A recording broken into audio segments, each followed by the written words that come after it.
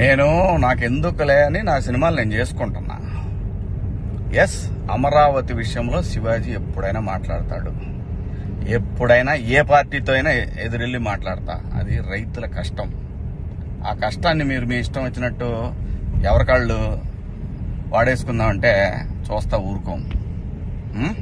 ఏంటి, నేను ఈ సినిమా రిలీజ్ ముందు ఇచ్చిన ఇంటర్వ్యూ మీ అందరికి చాలా ఇబ్బందిగా అనిపించింది కదా.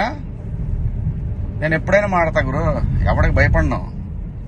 మీలాగా ఆడెవడో ఇచ్చే పేటీఎం డబ్బుల కోసం నా బతుకు నడిస్తే చాలులే అని అనుకుని పోయే రకాన్ని కాదు నేను. అలాగైతే మీ అందరూ తెలుసోలేదు, నేనే ఒక వ్యవస్థను ఏర్పాటు చేయగలిగినోడిని నేను కాదు. ఈ బతుకిచ్చింది మనకి జనం, అది నాకైనా రాజకీయ నాయకులకైనా. మధ్యలో పేటీఎం గాళ్ళు ఉన్నారు చూసారా మీరు, మీ అందరూ ఈ సినిమాని ఆపగలరేమో, మీరు శివాజీని ఆపలేరుగా. ఏంటి, సినిమాని ఎలా ఆపగలరు మీరు? మొత్తానికి ట్వీట్లు వేసి ఇన్స్టాలో మీ ఇష్టం వచ్చినట్టు రెచ్చిపోయి సినిమాకి కొంతమంది ఇక్కడ రెగ్యులర్ గా రివ్యూలు ఇచ్చే వాళ్ళతోటి రాపిచ్చేసి కింద కామెంట్లు పెట్టిచ్చేసి, ఒకడైతే వాడికి ఒక 100K సబ్స్క్రైబర్స్ ఉంటాడు. సినిమా రిలీజ్ కూడా కాల. ఆశ్చర్యపోయాను నేను, ఏంటి ఏదో తేడా కొడుతుంది అనుకున్నా. అయినా నేను కంప్లైంట్ ఇద్దాం అనుకున్నా, అయినా వద్దు పిల్లనాళ్ళు బాధపడటం.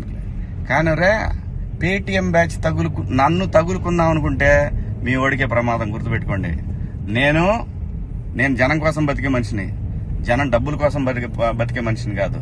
వద్దు గురు, నా జోలి వద్దు. జగన్ గారు, నేను మళ్ళీ చెప్తున్నా, నాకు రాజకీయాలు వద్దు. నాకు కావాల్సింది, నేను అమరావతి రైతుల కోసం నిలబడ్డాను, జనం కోసం నిలబడతా. అది ఏ పార్టీ అయినా, అది మీరైనా ఇంకో పార్టీ అని ఎవరైనా సరే, ఎదురొస్తే జనానికి ఎదురొస్తే మాత్రం నేను నిలబడతా. కానీ నేను మాట్లాడుకుందా ఇంక నుంచి. నేను డైరెక్ట్ గా అడుగుతా పీఎం గారినే, ఈ దేశంలో సిబిఐ మీద నమ్మకం ఉండాలంటే, సిబిఐ మీద నమ్మకం కుదరాలంటే ఫస్ట్ కేసులను రాజకీయ నాయకులందరినీ కూడా పక్కన పెట్టి, రాజకీయాల నుంచి పక్కన పెట్టి, వాళ్ళు మంచోళ్ళ చెడ్డోళ్ళ అని తేలిన తర్వాత వాళ్ళని పాలిటిక్స్ లో ఉండే విధంగా చేయగలిగితే బాగుంటుందని పీఎం గారిని కూడా అడుగుదాం అనుకున్నా. ఇక నుంచి మిమ్మల్ని రోజు అడుగుతా. ఇక నుంచి మీకు రోజు నా జోలు రావద్దు. నేను నా బతుకు నేను బతుకుతున్నా, నిజాయితీగా బతుకుతున్నా. ఏ రాజకీయ పార్టీ దగ్గర పోయి చేయి జాపలా. మీరంటే భయపడతామా? ఏం చేస్తారు రబ్బాయ్? మీ గవర్నమెంట్ ఉన్నప్పుడే ఏం చేయలేకపోయారు. నన్ను ఎందుకు చేయలేకపోయారు తెలుసా? పైన నేచర్ ఒకటి ఉంది రాబాయ్, రప్ప ఇవన్నీ బాగుంటాయి వీడియోల్లోనూ వాటిలో చూసుకోవటానికిను ఎగేసుకొని మనం భుజాన రేపేదో జరుగుద్ది అనిపించుకుంటే. మనందరికంటే ప్రకృతి గొప్పది రాబాయ్, గుర్తుపెట్టుకోండి.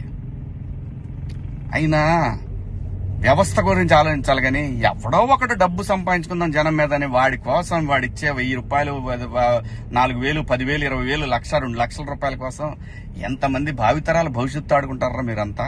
బుద్ధి ఉందంటారా మీకేమన్నా? మనందరం ఏమి లేకుండా ఇంత దూరం వచ్చాం కదా.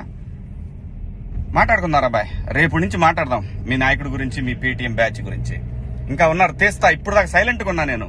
మీరు నా బతుకు దాకా వచ్చారు చూసారా, ఒక్కొక్కటి చూద్దాం, మాట్లాడుకుందాం రా బాయ్.